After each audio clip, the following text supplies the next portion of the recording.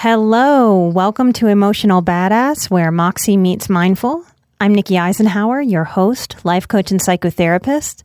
And on today's episode, I'm demystifying detachment as a tool when we have an insecure attachment style.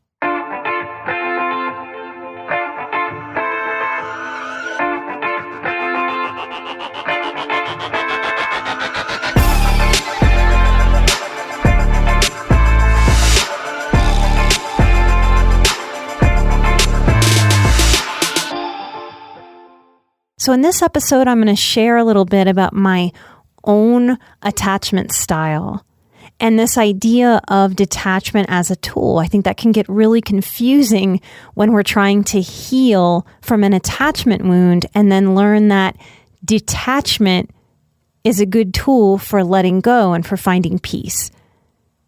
I think a lot about a lady that I'll call Lori. She was in one of my early residential treatment program groups for dual diagnosis trauma and addiction. She was teeny tiny. I'm a little person, and she felt like she was half my size, and she was fierce. And one day in group, she huffed and puffed and threw her book and notebook down on the ground in total disgust and frustration. And she fussed at me. She said, "Nikki, damn it, you're telling me to go left and right at the same time. You're speaking in opposites. How am I supposed to figure out what the hell to do?" And she wasn't wrong. Healing can feel and can seem like we're trying to go left and right at the same time. And we can't go left and right at the same time. It can sound that way when I'm talking about some of these concepts, about what it takes to heal. Maybe sometimes to you, it sounds like I'm talking out of both sides of my mouth. It's not that I'm ever meaning to go in two opposing directions at once, but it's about learning to notice our extremes and work to get to the middle, to a medium ground, to get more central, centered, and grounded, so that we can respond to things instead of react to things. To be walking a healing path, to be walking a self-development path, where we grow ourselves. We are balancing all the forces of this life all at the same time. And hopefully we're adding to our wisdom bank. And that each experience, the hard experiences, the easy experiences, and everything in between are showing us things about ourselves and life and are growing us so that we can feel more ease, more peace, more moving through life as if the struggle points are speed bumps, not mountains. Detachment and letting go are very important tools to have in our emotional tool belts as highly sensitive people. Without detachment and letting go, it's going to be really hard for us to practice more ease and more peace in this one precious life. To our minds that are steeped in Western culture, detachment, like the Buddhists and the Taoists and other religions, this is accepted as more of a universal spiritual principle, not so much a religious practice. But to our Western steeped minds, detachment seems weird. It seems wrong. Our mental framework makes an easy assumption that detachment is negative or cold, uncaring, dismissive. And it assumes that attachment is positive and warm and caring and considerate. Many of you who resonate with my work are struggling with attachment wounds from a parent that was either emotionally abandoning or physically abandoning, or from caretakers who betrayed. And in a very real way, those detachment wounds do feel cold, uncaring, and dismissive. Biologically, mentally, and emotionally, as human beings, our baby selves need to be attached to adult beings to survive. We are born completely codependent. And if some adult doesn't take charge of our well-being, we basically die. That's the biological reality. So no wonder our nervous systems feel fried if we have wounds from neglect, because we are biologically driven to need others when we are small. Today, I can describe myself as psychologically securely attached. And this attachment point is from myself and to myself. Now, that's not a justification that I am an island and I need no other people, but it's because I've put work, effort, and intention into feeling more security within myself than anxiety within myself. I've chosen to heal from a learned, insecure attachment style that had me almost constantly feeling anxious, less than, unworthy, and broken. Security feels whole, while insecurity feels fragmented, messy, even juvenile. As my family fragmented when my parents divorced, so did my secure attachment style. And that fragmentation created the insecurity. If this is your attachment style and you resonate with what I'm sharing, then I want you to know that you very well can heal and become much more securely attached to yourself, which feels amazing. We all deserve to feel securely attached. So if you are anxiously attached or avoidantly attached, though I'm not talking about that today, I want you to know that you can get to that more centered, grounded, secure attachment style.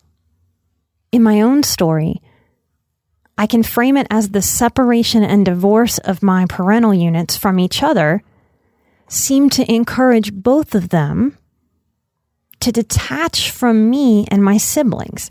Now, in my opinion, they both have personality disorder issues. So I think that had to be there for them to give themselves permission to detach from me and my siblings.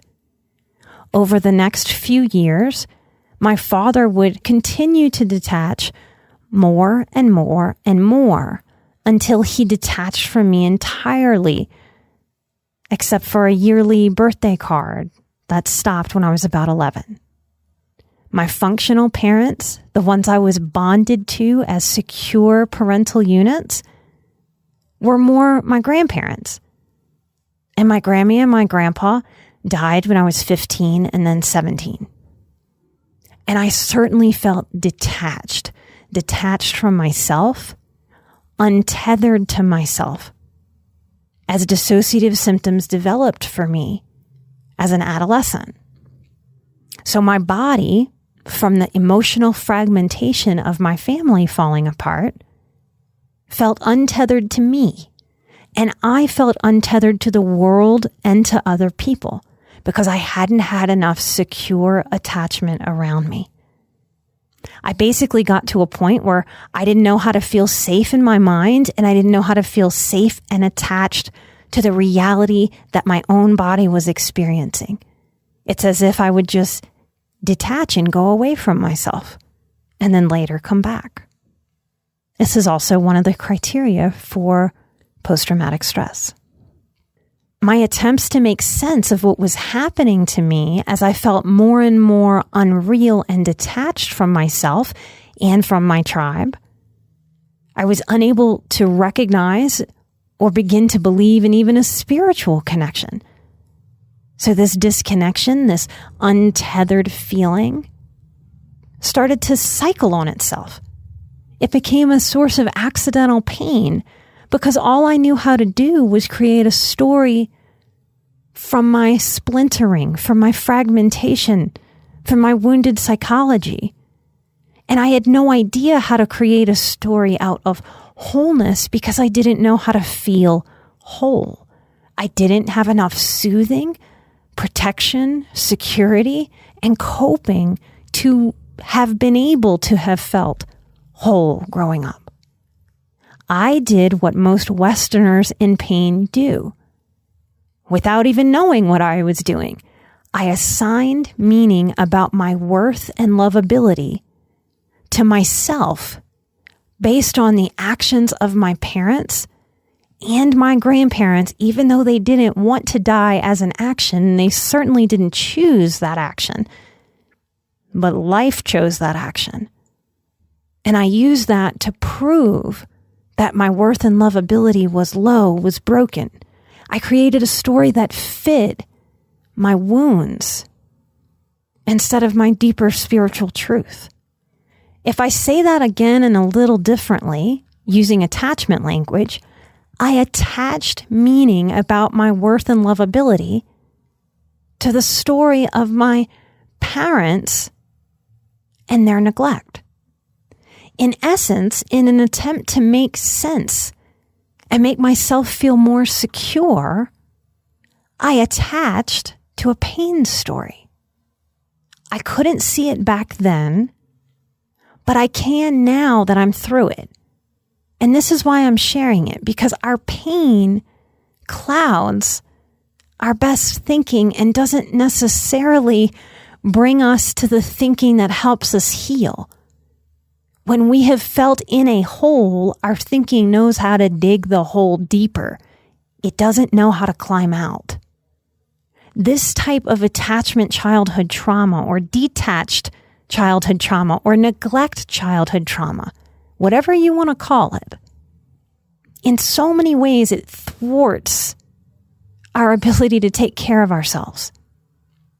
Now I can see that attaching to the pain and the pain story, believing that that story was true, that that was the script for my life, now I can see that staying with the pain was counterproductive to moving through the pain, to letting go of the pain, to detaching from the pain. Why the hell would any of us consciously want to stay attached to the pain? Sometimes the answer is just because we're so used to the pain. We don't know that another option, a lighter option, an option through detachment and release and letting go is even available or possible. My introduction to this Buddhist practice came through a lot of my yoga work. And the theory of detachment, when I first learned about it, it thoroughly pissed me off. It enraged me because I heard it through my Western mind and through my personal trauma, my grief and loss. I heard it as justification and glorification of simply not giving a shit, of being uncaring, even neglectful. I thought it justified my parents' detachment of me in a way that I resented. These Buddhists and their philosophy through the lens of my pain, it was easy to judge. Easy for me to imagine these monk-like men in robes on the side of a beautiful mountain, spiritual seekers showing up at their ashrams to bestow food and donations. Yeah, of course, they could detach. They didn't even really have to work, I remember thinking. In this story I created from my pain, I attached. There's attachment again. I judged people in a self-serving, egoed vision. I decided that it was easy for them and impossible for me, positioning myself as the wounded victim of this detachment idea. How dare this detachment come at me with its high and mighty spiritual ideas that don't work in the real world? It's quite the idea to consider that we are either attaching to a story or a dynamic or detaching from a story almost constantly. I'm going to attempt to simplify the law of detachment with the following tips for you to just play around with now and in the future. This might be a good episode, especially if this is a brand new idea for you, to come back to in the future when you're in a different part of the journey, to see how these ideas are marinating and growing into your life. And I mean marinate. Think about what happens if we put some tofu or some chicken in a marinade. Yeah, we'll taste a little bit of it if we leave it in that marinade for 30 minutes. But it's going to taste different. It's going to taste deeper, richer. It's going to penetrate more if we leave it in that marinade overnight. So the first tip or idea I have for you to sit with, to consider, to feel out, is that in detachment, we just allow people the freedom to be themselves. This means you, this means myself, this means people I agree with, people I don't agree with. Attachment, when it comes to the people in our lives, comes with expectations. It comes with us pre-thinking out some kind of script that this person is going to play out in front of me. And then we don't quite know what to do when this person doesn't follow our script and just lives their own. There's freedom in the detachment principle of allowing people the freedom to be themselves. That goes for ourselves and others. Those of you who have listened to the show from the beginning, I know there's some of you are out there who have listened to every single show. A big part of being a healthy, highly sensitive person is learning to accept who you really are, not who you think you should be, not who your family wants you to be, not a version of yourself that's easier for other people, but actually who you really are so that you can discern what you actually really need. And need might be different than want. We can allow people in the world the freedom to be themselves. Everybody else, and most certainly ourselves. 2, let's allow life. We don't force situations. Less struggle. This is one of those ideas that really pissed off my younger self. Yeah, great, it's me. I'm the one inviting the struggle, right? It's my fault. Ooh, sarcastic, bitter. I can remember myself thinking through this like fire was spitting out of my mouth. It took me a long time to get to the place where I could look at myself and look at my life and go, no, I actually do make certain situations more difficult on myself than I really need to. I try to force a certain way. I try to have a controlled vision and then make that happen, often in detriment to my mental, physical, spiritual, and emotional health. I wear my own damn self out. And if I wanted less struggle, I had to get to a place of allowing life and working with it instead of struggling against it. It's a different mindset to get into. And it's not a light switch. You can't hear me say this today and just flip the light switch and be there. Unless you can, maybe you can. Maybe you're better than me in this way. And if you are, cool, awesome, congratulations. But for most of us, it's going to be a working into this mindset, tasting it over and over and over again till we cultivate a taste for this new way of being and let go of the craving for the old way of being. 3, we allow solutions to unfold and emerge. This piggybacks on number 2. We seem to think that we have to find the solutions and make the solutions happen. So active for a tribe of people that will report being exhausted and overwhelmed. There's the relationship I've cultivated with the universe. I really like my relationship with the universe now.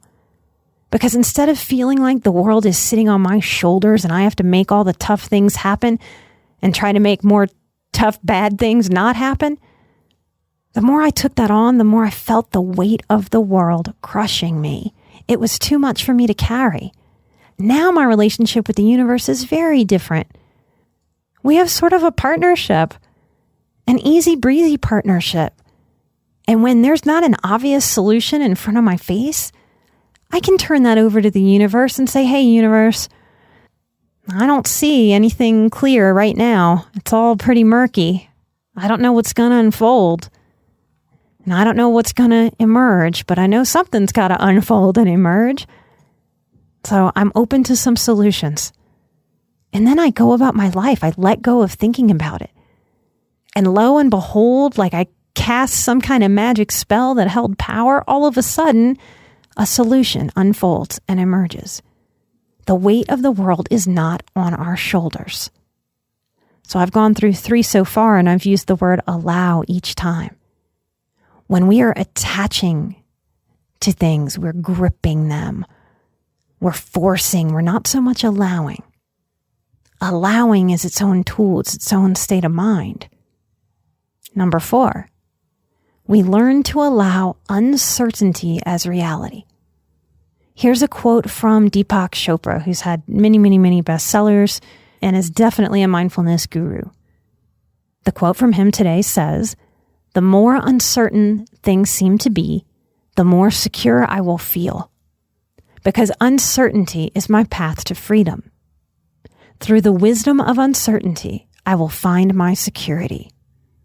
There's a lot in that quote. When we didn't get enough security growing up, it makes sense that we try to compensate for that psychologically by knowing all the things. It's as if our inner child seems to have bought into a belief that says, because so much was uncertain when I was little, the solution is that I will be certain about all things now, which makes the unknown terrifying, which makes our bodies feel resistance to the awareness of unknown. And our egos step in and go, damn it, I should be able to know, which means we find problem with the unknown. We can learn to allow uncertainty as reality. There will always be uncertainty. Always, always, always, always. To practice allowing uncertainty. When you practice that, you're giving your future self the gift of more peace, even if that's very hard to practice right now in this moment. You can let your inner child know, I know lots of scary things happened when we were little, and it was scary not to know. We don't have to attach fear to the unknown so much anymore. Sometimes we won't know because there'll be something really wonderful unfolding. It's okay for us to feel more neutral when we face uncertainty. And grown-up me is here to handle whatever comes, and you will never be alone in it again. I am here. Number 5, we allow excitement, wonder, mystery, fun, adventure, and willingness.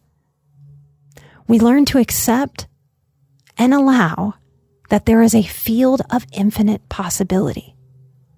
Anxiety and fear has a real sticky, dark way of only allowing us to see worst case scenario, worst possibility, most tragic, scariest. It's so limiting. What a narrow view of possibility. No wonder we're anxious. No wonder we're scared. No wonder that scared, anxious way of being snowballs and eats itself alive.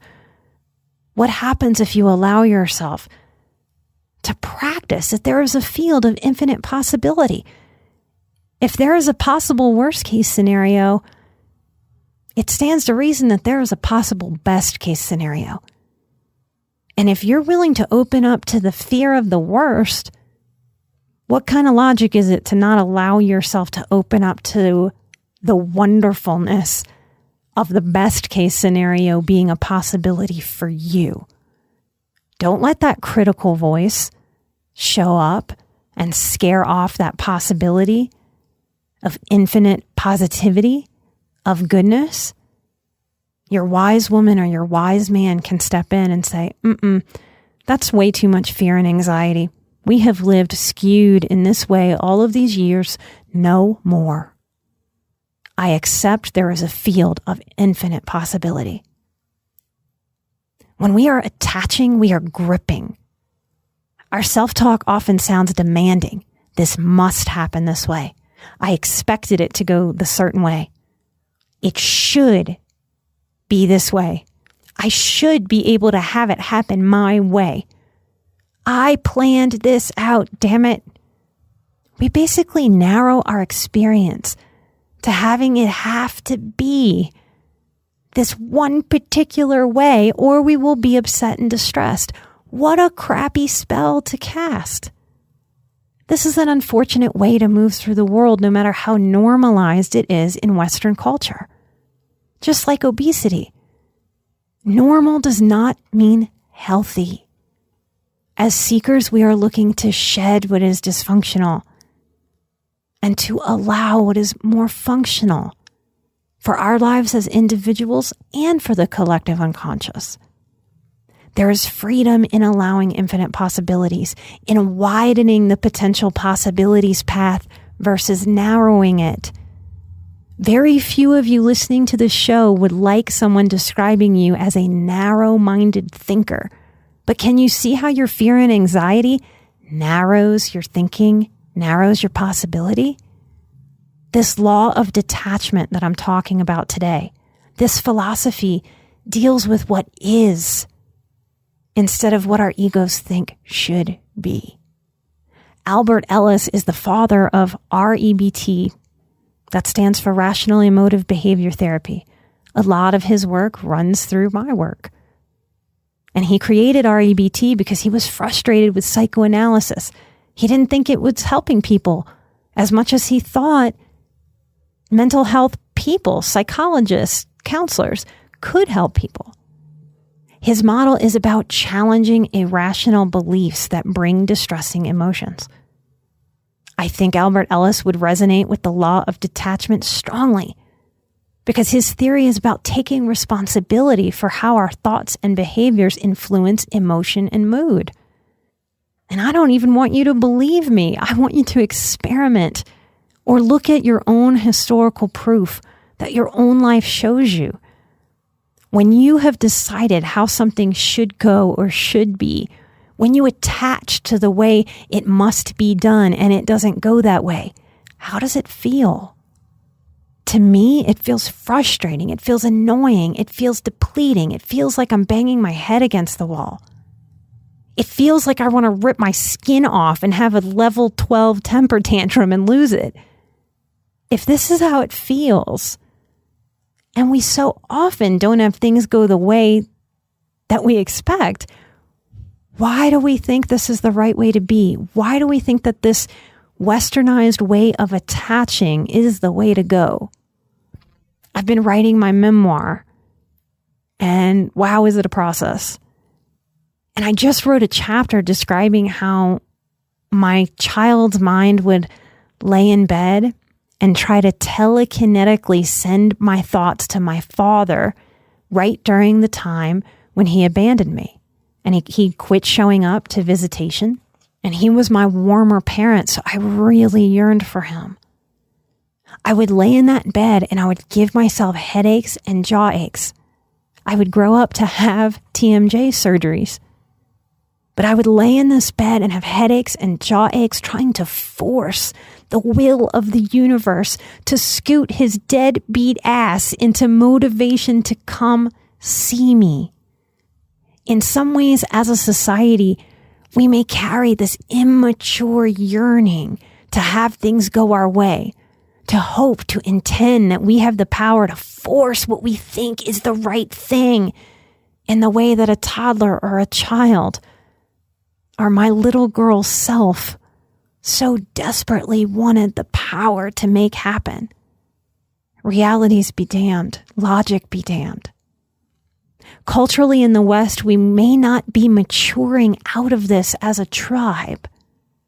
I do believe that the principle of detachment is one of maturity. And maturity doesn't fall out of the sky. If it did, we'd see more of it naturally in the larger world. We'd see it at play. We grow into maturity if we meet ourselves in a more mature way. If we find value in maturing ourselves, in dedicating ourselves to what works better instead of just the way it's always been done. I do see our Western world doubling down on detachment in a way that makes me sad for our collective mental health. Much of social justice activism seems to boil down to, I am attached to my version of rightness, and I won't accept anything else. And I attach to feeling horrible about this until the world gets on board as I see it. And I'm going to call that the right way of being in the world. That's modern activism. We're glorifying this immature way of being as political as the true people who care. And if you detach from this intensity, if you detach from this narrative, shame. You're wrong. You're bad. You don't care. This message of attach to it and attach to it my way, or you're wrong and bad, seems to be the battle cry of the moment, no matter the social justice topic. It's the worst of our human ego in action, desperate to be seen as righteous and put others down. Often I'm tasked with helping a client challenge themselves to detach from whatever narratives are shouting at them in the moment, or shoulding at them in the moment, so that they can let go of the should and deal with what is instead of listening to this message of what should be desperate attachment. If we detach from the shoulding of Western propaganda and social media, we find more of our personal freedom, our mental and emotional freedom. Here are a few examples or conceptualizations of how to detach from these modern issues that, of course, as empathic people, we care about. Most of us who are listening to this show very much care about these issues and about people getting their genuine needs met. But if you are moving through this modern world carrying the weight of the world, my challenge to you is that that's on you to learn how to put down that weight, no matter how much shoulding comes at you from the broader world. If you live worried about race as a black, brown, yellow, or white person, detach from what you've been told you should do or should be. What happens if you just allow yourself to move through the world, being kind, and speaking up if and when something happens in front of you? Well, this isn't as much drama when we practice it. One of my theories about what's going on in the world right now is that Westerners are very much addicted to drama, addicted to victim mentality. Should we attach to that or detach from that? If you walk around this modern life being worried about the poor, about the homeless, and you're not, consider letting go of any narrative of what you should do, how you should be, how you're supposed to show up, any feelings like guilt that you're supposed to feel. You have the power to choose something to do that works for your life. You can decide to volunteer or donate money or food or supplies, or, and this might blow some of your codependent minds, to do absolutely nothing and focus on your own life, stabilize your own life, enrich your own life, so that you can become someone on stable ground, so that your future self can attend to whatever pulls at your heart, but from a place of stability, of groundedness, of rootedness, of you having handled what's going on in your own life and dealing with what is in your own life before attaching to these bigger problems that not a one of us can solve on our own back. So it's not right, in my opinion, to feel the weight of that on our individual backs. It's not all on your shoulders. Believe it or not, it's not anybody's individual job to fix every wrong or struggle in the world. But wow, activists can make it sound compelling and right. If you walk the world stressed about politics, what happens if you detach from the narratives of what you should do? If you detach from the people pleasing of making sure others in your tribe are on board with your politics? What happens if you detach from the narrative that a good person votes and an uncaring person doesn't? You could vote or not vote.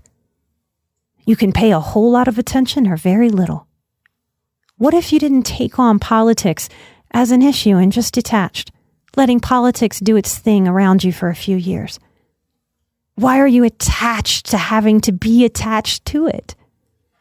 Notice the attachment stories that come up when your psyche hears me say this. All the attaching to what it's heard before. All the shoulding. We've all heard that it is our responsibility to vote.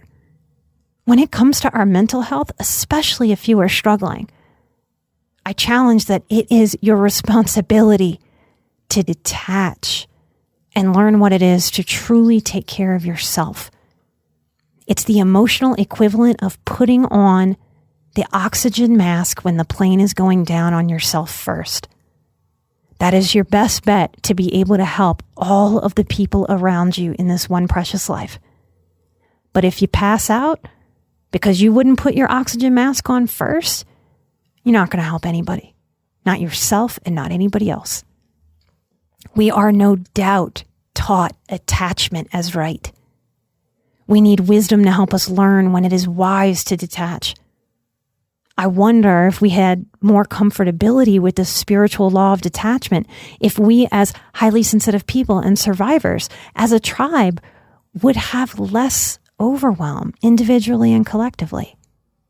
If we can't practice detachment, if we're telling ourselves we must attach to everything we care about to prove that we're a caring enough type of person, how are we ever to have the energy to let go of overwhelm?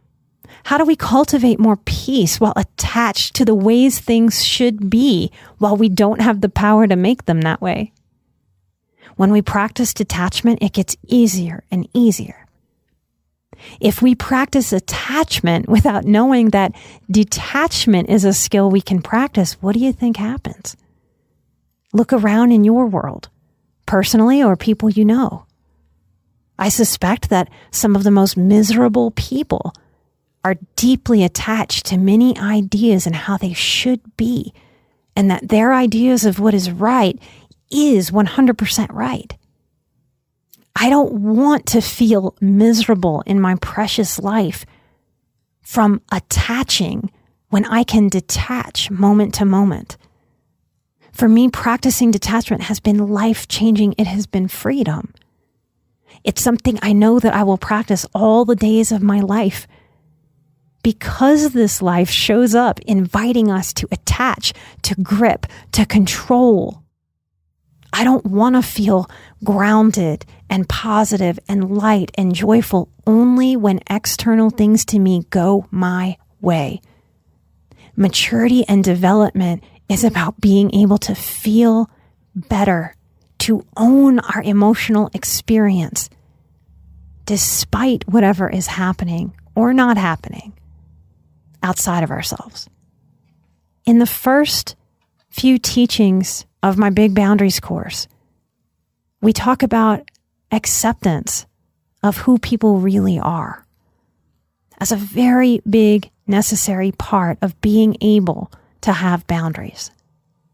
In a way, in that lesson, I am teaching detachment. A lot of times we won't allow ourselves to have the boundaries that we need because we are attached to the ideas of how another person should be. And we're not dealing with what is. Because what is a reality that we do not get to control another human being, no matter how right we might think we are. If you're interested in learning more about boundaries with me, about the freedom that is available to us when we understand detachment and how to show up for ourselves in a more assertive and boundaried way inside of our own minds, and as we walk through all of the challenges of this life, come learn more and sign up now with Early Bird 22 to save with that Early Bird code, Early Bird 22, to get $50 off. And come learn more at emotionalbadass.com/boundaries. We will blink and get to October. If you're interested in spending that time with me, I would love to have you. It's like a big old giant online classroom. I show up live in that course for 6 weeks. I answer questions, we review, I give examples. I try to be a little funny, and we have a lot of fun. It's important to me to teach concepts that can be heavy with a whole lot of lightness. I'm an emotional badass. You're an emotional badass. And together we are where Moxie meets mindful. I hope there's something in today's episode that genuinely helps you hold yourself with more realness, more maturity, and more peace. Because you and your inner child deserve it. I will see you right here next time. Light and love. Bye-bye.